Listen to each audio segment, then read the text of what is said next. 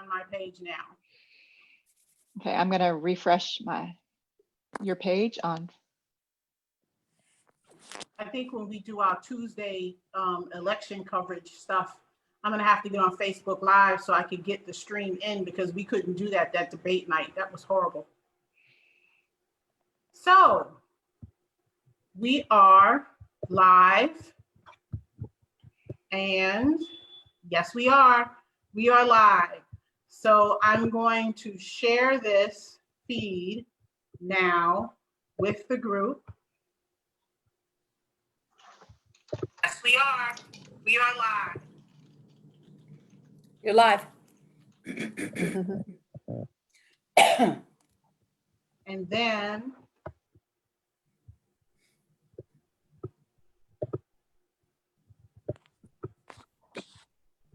so that should be good. So we should be in the group now. If somebody wants to go ahead and check that for me, real quick. So I'm going to go to the group. And it should be there. It is there. No, that last week's is there. It says happening now, but I don't see us. Oh, there we are. We're in Yep, there. we're in there. Okay, we're in there. Let's do this, ladies. So we have today our Zoom presentation. We're excited about what we're doing headed into election. I'm Mary Hayes. I have my partners in crime, Vanessa Maddox and Jamie Nede. And today our special guest is our very own Commonwealth attorney for Loudoun County, Buta Biberaj. And so Yay!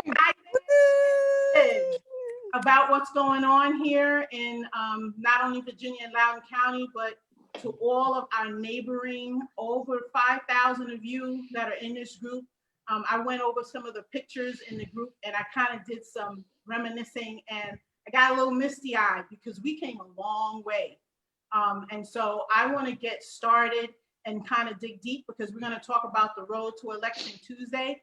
And I want to give Ms. Biberaj all the time that she needs to talk about just, you know, we have a new justice in the Supreme Court, and, you know, what that means, how best we can service what we want done, and how to effectively, you know, go to the courts with that. Who do we go to? What do we do?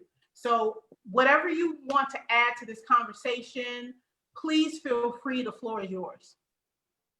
Well, you should never tell a lawyer that, right? I know, but I Now, trust you.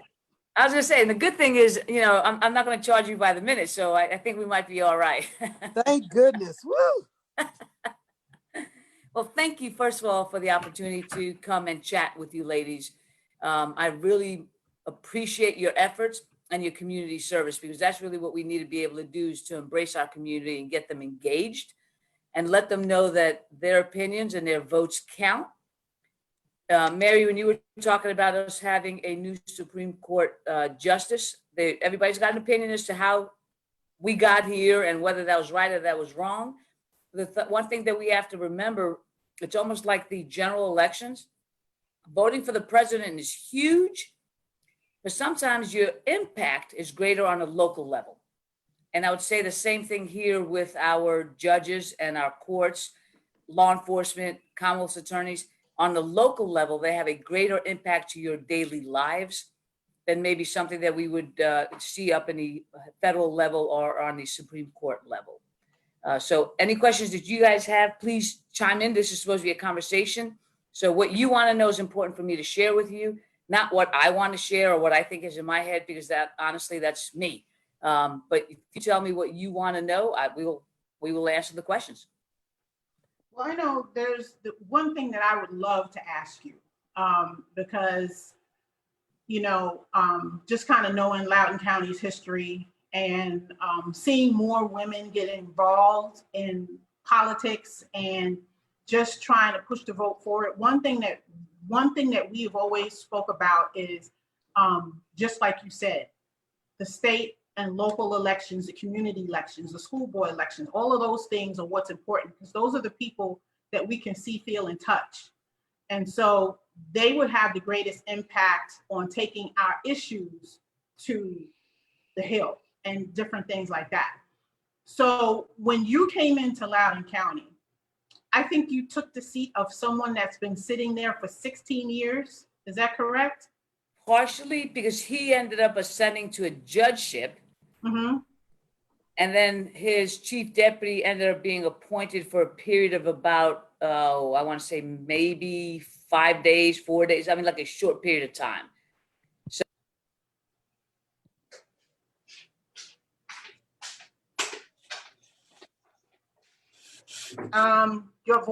Your volume. Okay, there you go. Yeah, I think you muted me. Was this something I did said? by accident. Yep. Is this like the debate? If I say something you don't like, you're just gonna mute me? No, I was trying to get someone that was late in, and I missed to hit the wrong person. And that's okay, because that's our girl Tamara. So yeah, we're perfectly fine. So let me go back, because I apologize. I don't know what you heard, so I'm going to go into that situation. As far as the prior Commonwealth's attorney, he had been in office for 16 years, and then he was appointed to be a circuit court judge, and his position took place on November 1st. So then his chief deputy was in that position for the last 2 months. So that was kind of where I came into the elections, were really myself against her. So she would not have been the incumbent, which makes it why technically I would be the first female elected Commonwealth attorney for Loudoun County. Woohoo! Exactly. And that was a wonderful thing. So what we're looking at now with the new Supreme Court and with justice coming in, a lot of people feel a lot of different ways about that, particularly with the Roe versus Wade piece. I've had a couple conversations with ladies in this particular group. What would you say if that became an issue? If it was something that we wanted to get together with and try to make some noise about, should they want to go back and revisit that all over again, what would the best way, what would be the best way for us to do something like that? What would be the best way for women to protect the rights that they feel right now might be in jeopardy? So this is the interesting thing that is not quite known on a lot of levels, but the right to abortion is actually a state level issue. Okay. Right? So if we on the state level, we vote those individuals who have our positions in mind, which is right for women to decide what to do with their bodies and for them to be able to make that decision between them and their doctors. That is on a state level. If the state makes that determination, then the only thing that the Court of, I almost said the Court of Appeals, the Supreme Court can review is whether or not it's constitutional. So on a state level, can we hustle and work with the right individuals to make sure that what we're doing is we're going to make it a constitutional amendment? That's the strongest way to protect that, like from forever and ever. So can I ask a question? If it does become illegal in one state, the reality is we know Colorado's got something on the ballot this election cycle. What is it realistic that, for example, you could go to jail if you travel out of state for an abortion? If we help someone come in from out of state to get somebody comes down from Pennsylvania where it's likely to become very restricted, comes down to Virginia where it's less likely to become restricted. And this starts to get really complicated really fast. Do we have any insights into what we need to be concerned about? All right, so everything you said, Jamie, is exactly some of the issues, but the one word that you use to fully describe it, it's complicated.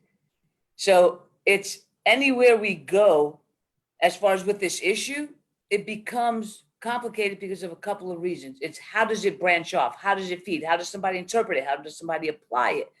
So what we need to make sure is in our individual states that the law is clear. So do I have to be a resident of Virginia to take advantage of that right if it is made a law which I can act upon? what does the statute say if somebody comes from out of state and wants to take advantage of that? Does that make it criminal or not criminal? So I'm gonna change the topic from the abortion to what it used to be for marriages, right? Some states, it was illegal for somebody to get married without establishing residency, right? They had to be there for 6 weeks, 6 months, a minute, right? Vegas is a minute. You show up, you can get married. So every state had a different interpretation as to how they wanted to apply it to their marriage laws. Same thing here with abortion. Every state has the right to do it as per what their citizenry vote for. And then how we apply it is going to be depending on how the wording is. So the tighter we can make the language so it's very clear, then it gives us direction as to what we can do to either afford somebody the opportunity or be able to permit somebody to take advantage of that themselves without any other aid from anybody in state.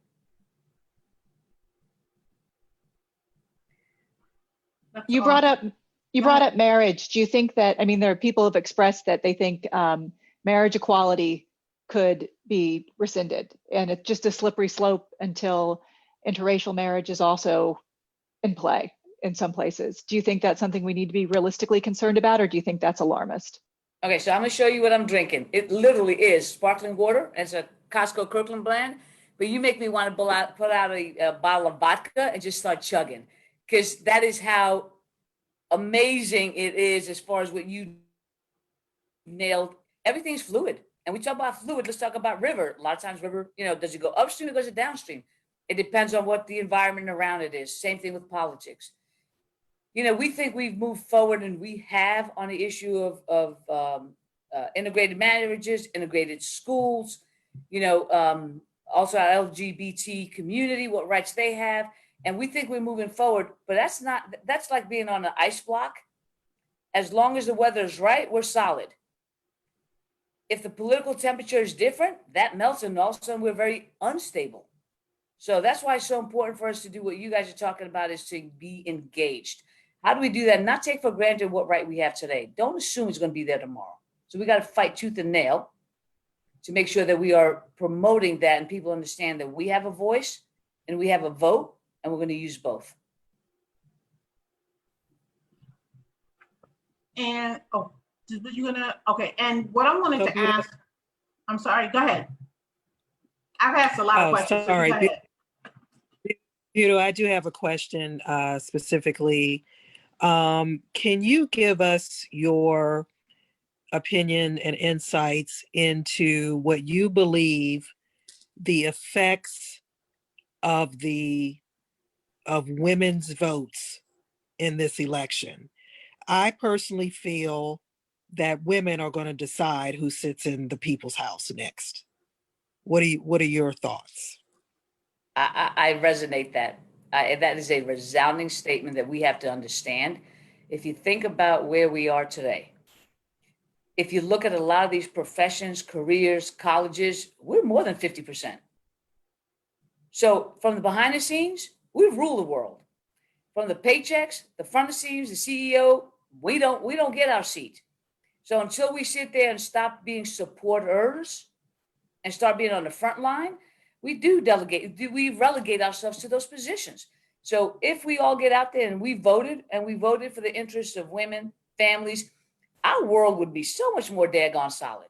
You know what? Because I'm not suggesting that men can't do it, but I think they choose not to do it because they don't broaden their perspective as much. By nature, we're nurturers. By nature, we are those who bring people together. By nature and biology, we're the ones who are trying always to figure out is how to elevate somebody or how to make them better or grow or whatever it is. That's just in our DNA. And the guys are much more used to, what is it in for me? What is it in for me? What is it in for me? And by now we have to be like, look, no more me. Okay? It's a we policy. So we need to set them up and tell them, look, we're ready to not only, sit at the table, but we're ready to be served at the table rather than serving the table. So yeah, we women, there's nothing stopping us but us. Nothing stopping us but us. Thank you for saying that. You're welcome. Jamie is our resident statistician in this group, and I would like for you both to answer this next question.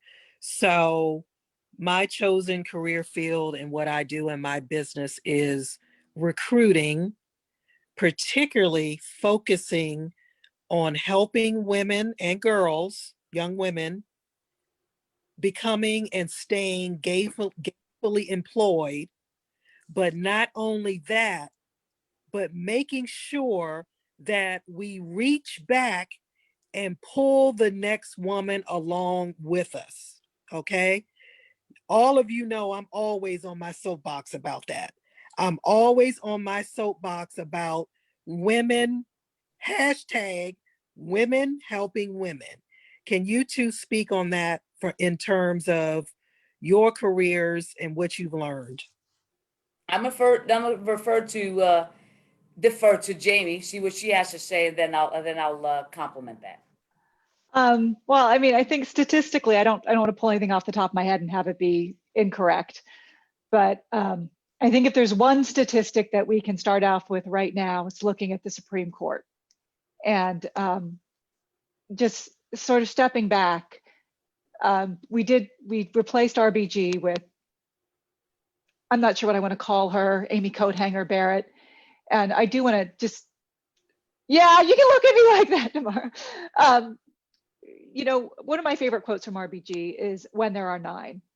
Yes. And if we had 9 women on the court, imagine how shocking that would be to people. But there is never a room in which we have 9 men making decisions, even about women's health care, that anyone finds it even slightly surprising.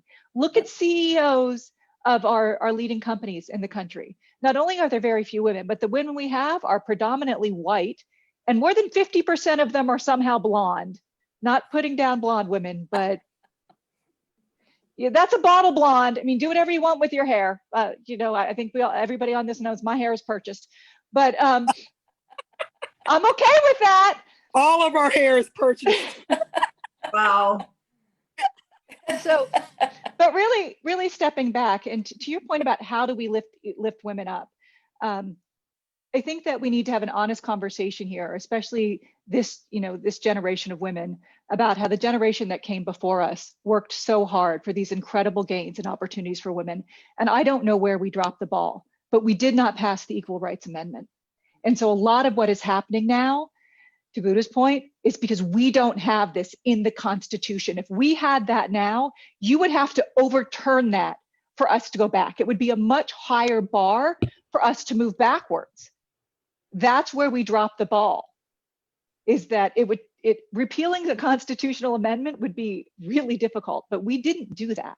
So the question becomes now that our alternatives to the court are so limited, and the things that keep us in that workforce could be taken away. And I'm going to speak very candidly. The thing that keeps women in the workforce is birth control. Mm-hmm. That is what keeps us pursuing our careers and able to help other women, is our ability to control when we have children and to balance that at a right time in our career, when we are ready, when we can afford it.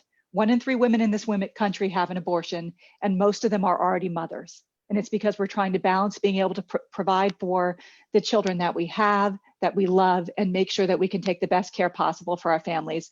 We know the best way to prevent abortion is birth control. The best way for women to have careers and provide for our families is birth control. And if we don't want to be in a really precarious situation for all women in this country going forward, we need to address that issue, because the most reliable type of birth control we have is the IUD. And we have people on the right who think that causes abortions. And so I don't want to sound alarmist. I'm not a crazy conspiracy theorist, but this is on the table right now. We stand to lose this. And so the best thing I think we can do to bring other women up right now is defend their right to birth control so that they can have their own careers. It won't mean anything, to Buta's point, that we have more women graduating from college right now, more women going to med school than men, more women going to law school than men. It will not mean anything if we can't control when we have children. And for those who know me, I'm a mother. I have 3 boys. They are the best thing that has ever happened to me in my life. And I love them more than I ever thought I could love anybody or anything. But I am a much better mother because luckily for me, I was able to wait to have them when I was ready. And one of mine was a surprise. I will say that. I have twins. I can't tell you which one was unplanned, but one of them was absolutely unplanned. But I chose when I had my children. And I think maintaining that choice for women and finding a way to get the Equal Rights Amendment back on the table is critical. And that's the best thing we can do for other women. But I'll let Buta speak to what she thinks. So I'm going to object to one of your points that you made as to what is the best way to prevent abortions. It really isn't birth control, it's vasectomies. Right? But we don't, no guys. I will admit I was wrong and absolutely stand corrected. Unprotected ejaculation is the cause of 100% of unplanned pregnancies. I will admit I was wrong and bow to your correctness. And the only reason why I raised that is for this reason, because God forbid if somebody came up to the guys and said, you know what? You've got your 2.3 kids. We're done. Fix it. Right? They would be horrified that somebody's going to tell them what to do with their bodies on our terms versus their terms. Isn't that something? Isn't that something? Talk about your double standard. Hmm? You know, and when you talk about double standards, think about the guys, and I wish I remembered this man's name, but he was some elected politician or whatever, and he was all against, you know, abortion, against abortion, until his girlfriend got pregnant.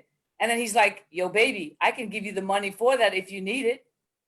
Right? When it serves his self-purpose, now all of a sudden we don't worry about that as much, because now it's, you know, I got to look at the longer term consequences, because before it was this religious aspect, or it ain't right and we believe in life. All those things are legit, but don't use it for your self-gain to control somebody else. Absolutely. But going to the question you did ask, Jamie got me fired up. You're wrong, Jamie. You can't be doing that. I can admit when I'm wrong. I can admit when this one time I got married. Jamie does that to all of us, Buta. She gets all of us fired up, believe me. And I don't and much help to get fired up, okay? I know. I took that bait and ran with it. I was like, God darn it, that was not Vanessa's question here, as far as what I was going to answer. But you were saying, as far as how do we help one another and raise one another. Honestly, I think what we have to figure out is a couple of things. And every career, every profession has a different expectation. And when I joined the legal profession in '93, I remember I had two law partners who were, one was 10 years my senior, the other one was about 15 years my senior. And they had careers. Then they had gone the family way. Then they came back and they went to law school to be lawyers. And they kept talking about the ERA. I'm like, psh. They kept talking about women's rights. I'm like, psh. You know, they kept talking about how we need to make sure that what we do is that we, you know, we stand strong, we stand together. Psh. You know, like we're here. I don't want anybody looking at me and saying, you're a woman and you can't do it. I can play their game and win. And I missed the message. I missed the message, which was we don't have to play their game by their rules.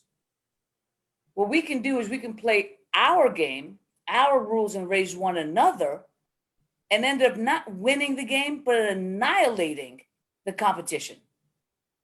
And that's what we don't effectively do, which is to say this. And we think about it, we talk about women versus women, that sometimes maybe our two feelings get hurt very easily, or we think we're in competition about things that we really don't need to be in competition. That's got to be sidelined. That's got to be sidelined. We got to talk about is how do we see one another? How do we raise one another? Even in the same profession, because if you're really good at what you do and I'm mediocre good, you're going to raise my game. If Absolutely. I'm really good and you're coming on strong, you're going to raise my game anyway, because you're going to make me competitive. We don't lose. I don't have to squash anybody to think I'm good. No, I need somebody coming in and challenge me. Absolutely. Realize I always got to be on my game. Yes, ma'am. Got to do that for one another, but make it safe to do so. Perfect. Perfect. Tamara Young and I have been talking about that for 20 years. 20 years. Same thing you just said. So thank you for confirming what I've been talking about for 20 years. Yeah, you know, you just got knuckleheads like me who take a while to understand what that means. Yeah. Because our lens is very different. Yeah. Yeah. But Thank what do we do? What do we do as women from here? I mean, where do we go? Because what I found in the group, right, when I first started is I didn't know a lot. I'm not coming here saying that I know a lot. I'm starting a group and all of this kind of stuff. This was started out of frustration. Vanessa knows that all too well.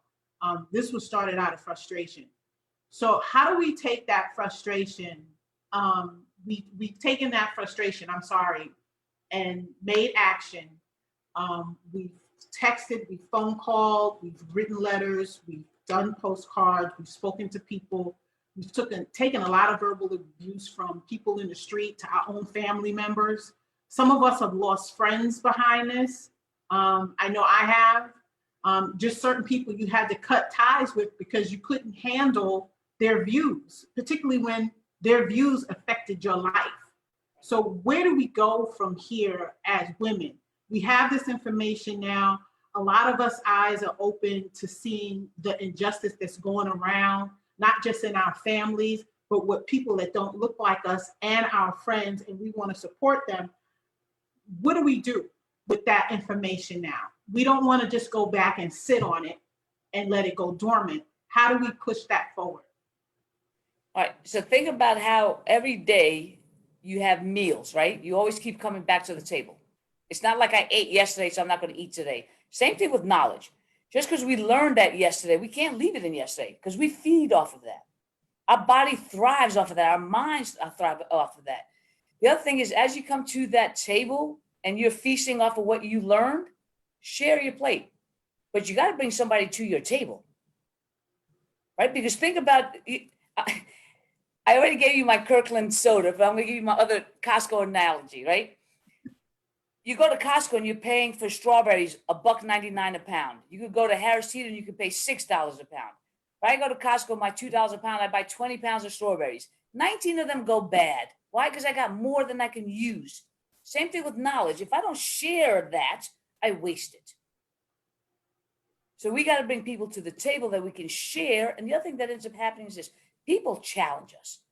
If somebody's sitting across from me and they challenge you, it can't be where we get to the point of being frustrated. And I think we have so many pressures on us that it's not unreasonable that we get frustrated and we're like, I'm not talking to you. Get out of my table. I'm leaving your table. But we have to be able to come back to the table and have those conversations because that's community, right? We don't have to agree on what our individual positions are, but we have to agree that we have the best interests of our community in hand and that we have to do something about that by taking those ideas and those learnings that we have had and share them. So that is what we do from that. Vanessa was talking about earlier, is like, what happens after November 4th? You know, where do we go from here? It's got to be task specific. We don't stop regardless of the outcome. We don't stop. Our work is just starting regardless of who wins. Right? We have to start on that day and say, fine, now what am I going to do for my community? How do I empower the people closest to me and around me? And the way you end up doing that is we got to keep that momentum, that energy. My energy may be low one day, and if I'm hanging out with you guys and you raise me, that's what you've done. If your energy or somebody's energy is low and I can raise you, that's what we've done. But we've got to keep that energy going because we got a lot of work to do. A lot of work. A lot of work to do. That is absolutely 1000% correct. And now you guys see why I love her so much.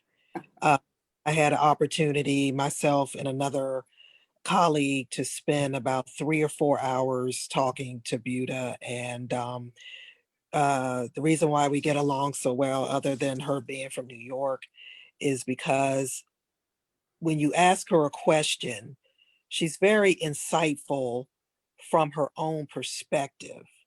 And she doesn't have an ounce of judgment or privilege or I'm the Commonwealth attorney of Virginia. No, it's not No, it's not any of that. So when she speaks to audiences and groups like ours, it comes from a genuine place. So we need more of that in all of our groups and our communities and our halls of power and our wherevers. And I think that if we as a collective community can figure out how to pull that out of our chest and move it forward, we're going to be much better no matter who sits in the people's house, I think. Kim and Tamara's on. You guys want to chime in? We're doing all the talking.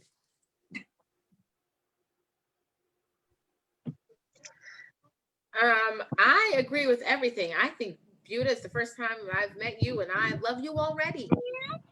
Thank you. Wow. I live in Maryland, so the Commonwealth, but it's all good. I mean, I'm just loving the energy that I'm getting from you. Thank you, Vanessa, for introducing her. Well, thank you for having me.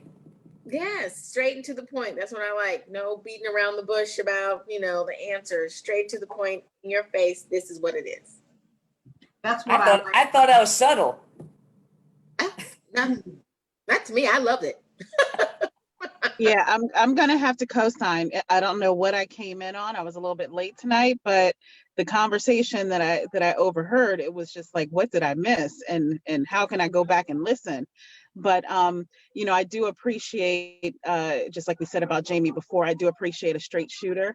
And just to be able to bring the point home. I mean, right now, we don't have time to play or beat around the bush. Right now, we have some very clear objectives that need to be met, and we don't have time to paint it in a pretty picture. We just got to say it what it is. And right now there's an attack on women, there's an attack on women's rights, and a lot of it is male generated, but a lot of that onus really does belong with them. So although Jamie is most often correct, I am glad that tonight that one moment was not, because it is true.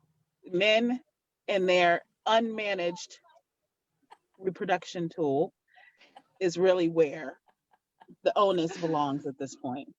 So let's start that conversation. They had that male birth control for a while, but it caused like bloating and cramping and moodiness. That sounds familiar though, but go ahead. I was saying, yeah, they can't be inconvenienced, right? So everybody else has got to have that inconvenience. But I would suggest this is kind of my theme in my mind of a lot of things that we do. We got to control our narrative and not let anybody hijack it.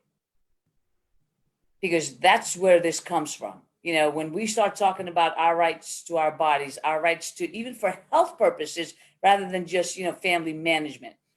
From a health purpose, then somebody's got the nerve to say to you that you should take the risk of your life or that baby's life. Do they think that that's an easy decision? Have they lost their goddamn minds?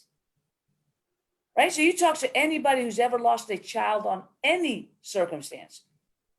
It is forever living with them. So you from the outside are going to try to dictate to them as to how they should feel or how right or how wrong they are. Mm-hmm. We're not having that conversation. So let's take the narrative back. Take the narrative. Right. Right. So how do we bottle Buta up and sell that to every woman in this nation who has these challenges? It's just not us. We're just the collective that came together because we had a common goal and a common outlook. But guess what? Millions of women feel just like us. Mm-hmm.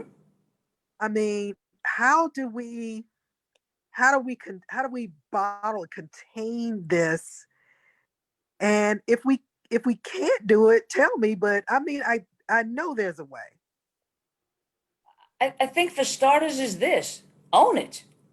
You said that we came together because from a position of frustration, anxiety, whatever it is. Own it. We should be okay to be angry, right? We should be okay to call somebody out for putting us in that situation where we're not validated, we're not valued.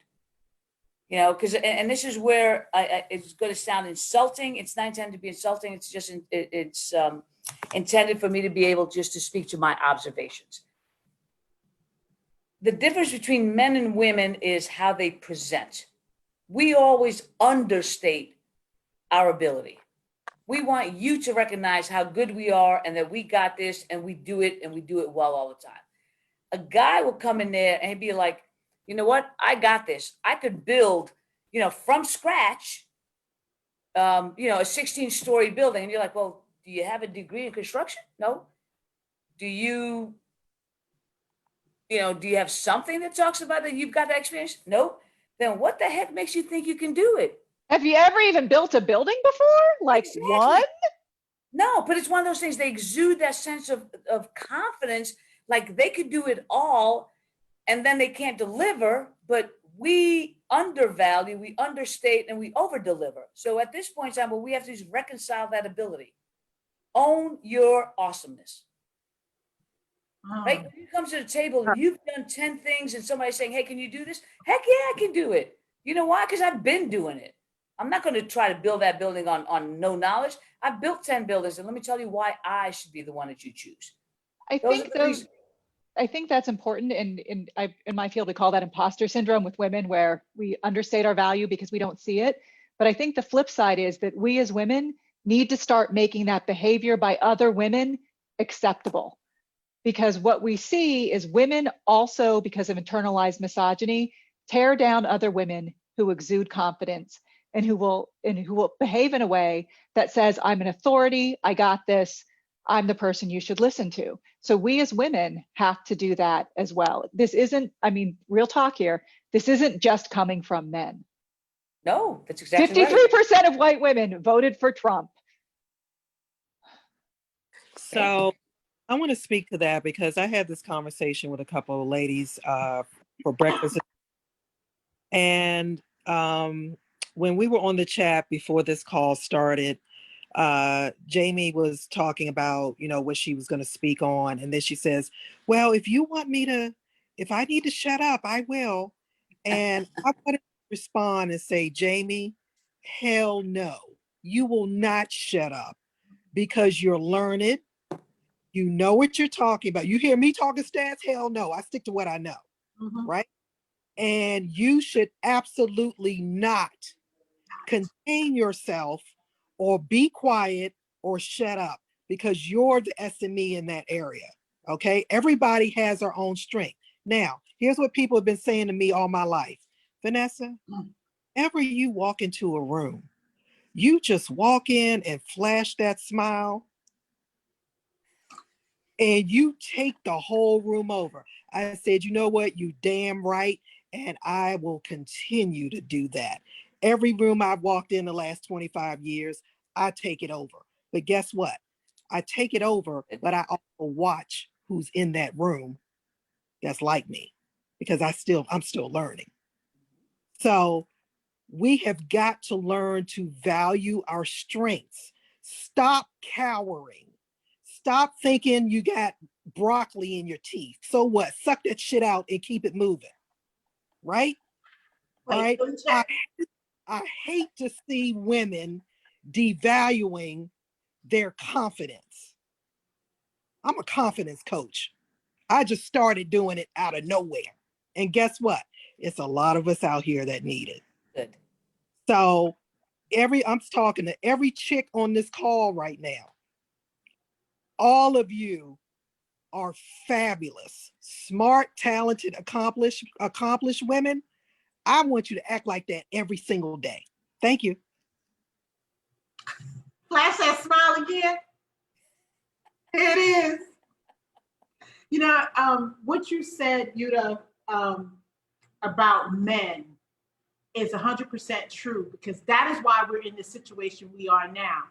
They will go and say they can build a building. They will say they can get it up in a certain amount of time or whatever it is so that they can get what they're talking about and not deliver. And that is exactly what we have in office right now. We have somebody that said that they were going to be able to deliver, said they were going to be able to do all of these things, and didn't deliver on most of what he said, and messed up everything else. So we should not be afraid because we can't do any worse than that. Well, and we had a woman who warned us that when there was a crisis, he wasn't going to be able to handle it. Hillary Clinton warned us, and now we've got a perfectly qualified candidate who's also a woman, Mamala over here, telling us again, dude's got to go. Dude's got to go. Dude's You got to know, go. Mary, to your point, let's take out the like and dislike of any individual personalities. But when Hillary Clinton ran, who else had a resume like that ran for president ever in our history? Right? No one. So when you talk about being qualified, Jiminy Cricket, that's like a 20-page resume to a, one paragraph resume.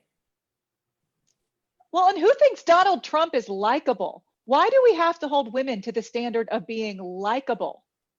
It's the dislike factor that I was trying to say, because people are like, well, I can't vote for her because I dislike her. And you're like, so every one of those things that he did that would have punted anybody else from an elective possibility, that we just kept giving him a pass. When did we lose our minds? He told us what he was going to be. And to that degree, yep, misogynist, racist, just all about himself. It's about his family, it's finances, whatever he can do. Then we look at him as being a businessman. Didn't he run every one of his companies into bankruptcy? He bankrupted a casino. Who bankrupts a casino? So, when we think he can take our government and help us rise, no, look what we're doing. We have like $4 trillion in debt. I have a printer, but I can't print that kind of money. People got to work for it.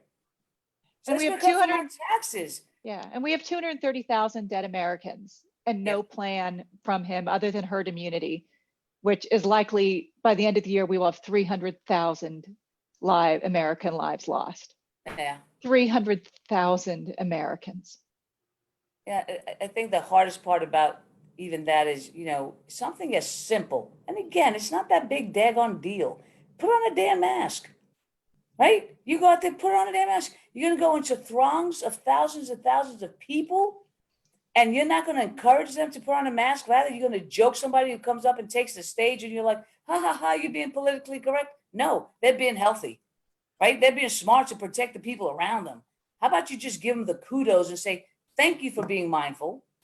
Because where does he think he got his COVID from? Somebody, if he had it, but somebody.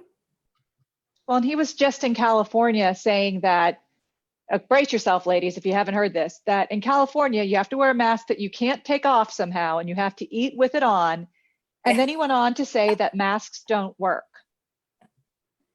Now, we have study after study that say masks work. And if you're looking for a good study, I would recommend the work done by Dr. Chris Leffler. He has done incredible work looking across different countries to look at mask usage and mortality from COVID. And what his work proved beyond any shadow of a doubt is that mask usage results in lower COVID mortality.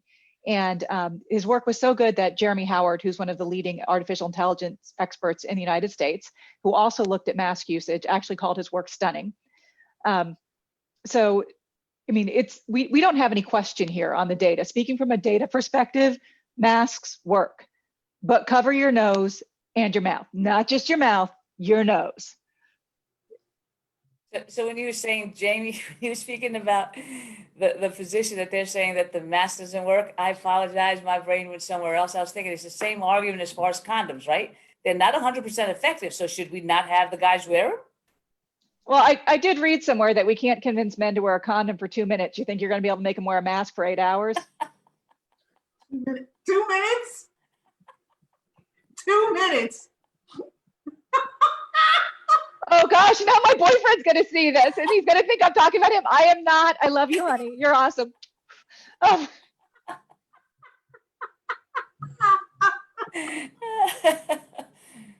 My bad. Ooh, wow, 2 minutes. Okay. I don't know how to come back from that. I'm sorry. sorry. Oh, boy. Wow. I don't know. That's a lot to recover from. Tamara, how are things up in Maryland? I voted. Yeah, how was the line? Because early voting started in Maryland this Mhm. week. Let's see, Monday, I didn't notice the line, but there's an early voting station right near my house. Okay. And on the way to work, I get to work at 6 a.m. And so at 5 something in the morning, there were lines wrapped around the building. Wow. Tuesday, that I noticed. Tuesday in the morning, Tuesday afternoon after work, Wednesday morning, wrapped around the building, Wednesday after work, wrapped around the building. I believe Thursday it rained really hard. Cars were still there. There was no line wrapped around the buildings. I was like, great. My building closed early due to the torrential rains that were supposed to come. And there were still a lot of people there, but I was in and out like maybe 15 to 20 minutes. Awesome. So, yeah. Is I this wanted to, go ahead. No, go ahead. I wanted to avoid the actual election day because I didn't know what that's going to look like. But just looking at the lines, I think a lot of people did early voting. I'm excited about that. Because I was going to ask you, is this the first time you voted early? This is the first time I voted early. Yeah, mine too. And This is the first time for me too. Yeah. My voting poll literally is I get out of my driveway, I go up the streets on my way to work, and I pass the elementary school. So Okay. it's not inconvenient at all. And I was like, I'm going to wait till November 3rd. And then I swear to you, this whole event has made me so nuts. I'm like, what if I get sick? Yeah. Or, what if something happens with work or I can't make it? What if I die? I was like, Right. I'll be damned if I'm not going to let my vote count. I'm serious. This is the first time I've ever had that thought. Yeah. That it And was we've that had- important to make sure that you've got that ballot and you make sure that somebody picks it up and counts for it. But I was like, wow. But I agree with you. I've had a lot of people say that they're afraid of November 3rd as to what chaos or challenge it's going to bring, and they just don't want to mess with that. I don't want to So mess I'm with glad people voting. Guys, I think they opened at 7 and at 5:30, 5:40, lines were wrapped around that building. People were like, I'm getting my vote in. Yeah. And I'm in Prince George's County. They were like, yeah, no. And voting. so far as of today, 90 million ballots, 90 million have already been cast, which is Wow. 2/3 of the more than 136.5 million ballots that were cast in the 2016 elections. So we don't know, of course, how many people are going to show up and vote on November 3rd. Right. And do not underestimate, the GOP has been out there. They are knocking on doors and registering voters like crazy. So we think this is good for us, but they've been doing the work. And we also have to deal with the reality of the shy Trump voters. They do not like to admit that they're voting for Trump in polls because they know that makes you a garbage person. I called it like I see it. But so, think about that. Of all the votes cast in 2016, 2/3 of them have already been cast by two. So this election is going to be decided not by undecided voters, but by who votes and who doesn't. And we do know that some demographics, men of color need to get out there and vote because those are some of the numbers that are lower. So get the dudes to the polls, drag them there, offer them donuts, cookies, cakes. I don't know what it is. I know what to offer them. If you're married to them, that is. And we go back to the same topic. Right. My man, Ladies, I'm just kidding. and plus, as we know, that's only a 2-minute matter. So you got time in the morning before you go to work. 2 minutes. So. Well, I was surprised. I'm in Prince George's County, so it's one of the largest African-American counties in Maryland.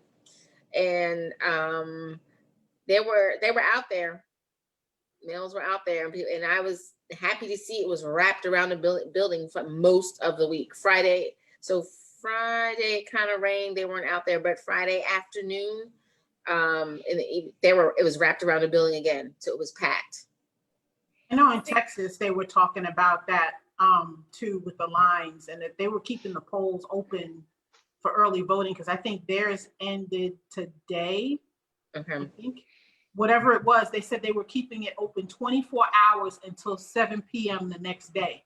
Whoa. So huge. Yeah, and Texas was one of the states that crossed their halfway marks for their total votes cast in 2016.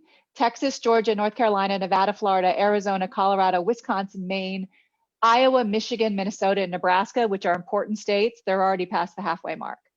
So Wow. we got a lot of states, and so, not all of them start as early as some of the other states. So we've got a lot of states, but it's, Democrats do tend to vote early, but the GOP has changed up their strategy this year. It's been registering a lot of voters and trying to get them to the polls early as well. I think the thing we have to also remind people, so if somebody's got a mail-in ballot, if you can, walk it in. Yep. We've got to figure out a way to get it there without just relying on a mail, because now we're hearing about all of these last-minute court hearings where as long as your ballot was postmarked on the 3rd, it was going to be counted. Now they're saying, no, it's got to be received by 3rd, like changing the rules in the middle of a game. All right, yeah. Like, how do we do that for an election? We would never allow that for a youth league basketball game. For somebody to change the rules in the middle of the game, we'd be screaming it's not fair. And every parent would be doing that. Yeah. And we had that box in Massachusetts that was set on fire, the mailbox with the ballots in it. So yeah, if you can get that in, take it in. Yeah. So we got to figure out that, and also talking to our friends who may be saying things such as like, well, I'm not going to vote for Trump, but I really can't get behind Biden, so I'm going to vote for a third party. I don't know what that means, but that's plausible deniability, because you're voting for Trump then. If that's what you want to do it, but don't hide behind it, right? So whatever you're going to do, just be out there and own it. And you're welcome to vote for him if that's who you think best represents you. But if that's what you're saying you're not, then don't play that half game. Yeah. That's a great way of putting it, because there's a lot of that plausible deniability. I have to remember that one, because that's exactly what it is. I like that one, plausible deniability. I love that. That's exactly what it is. So I don't know what's left on your evening. I don't want to tie up too much more of your night, Buta, but we really do appreciate you taking the time out to spend, this last hour almost with us, and sharing your knowledge and your thoughts and your opinions and your facts, and even checking Jamie. That has never happened before. Jamie and I talked earlier. She set me up. She gave me that softball. We were good. No, she totally got me. She was right and I was wrong. The number one cause of unplanned pregnancies are uncontrolled ejaculations. I will say it. And do not, oh my God, do not let my mother see this. My mother will be so embarrassed. And I love my mama. No, it's good. So Buta, you are always welcome to come back with, just let myself or Vanessa know if there's a topic or issue or platform you want. Whatever we have, it's open to you. And we just want to thank you for spending the evening with us. It was my absolute pleasure, and thank you. Yeah. You filled me with civic joy. Joy. Thank you. Yes.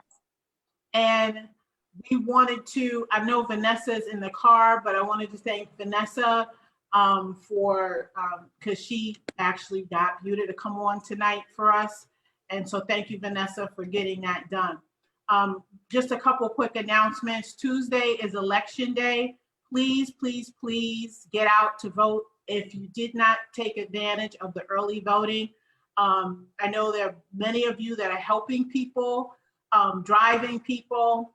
Be careful with that because of COVID, but I know some of you are doing that. Whatever it is that you're doing, please be careful in doing so. One of our members posted a bunch of phone numbers for voter suppression. So if you're experiencing any of that, there's some phone numbers, and I put it in the topics section of the page. And it's a whole list of numbers, and I believe it's by state. So hopefully we won't have any of that, but you never know. It's better to be prepared. And then join us back here Tuesday night. Not sure what time we're gonna start. It might be 7 or 8 o'clock-ish. I'm not sure. We have to kind of get together with that because we're also doing polls and volunteering and stuff. So please be aware that we will be doing something on election night. You do not want to miss it because I think we're gonna need each other, okay? Take care and have a good night. Blue Wave Conversations, we're out. Thank you. Good night. Good night. Good night.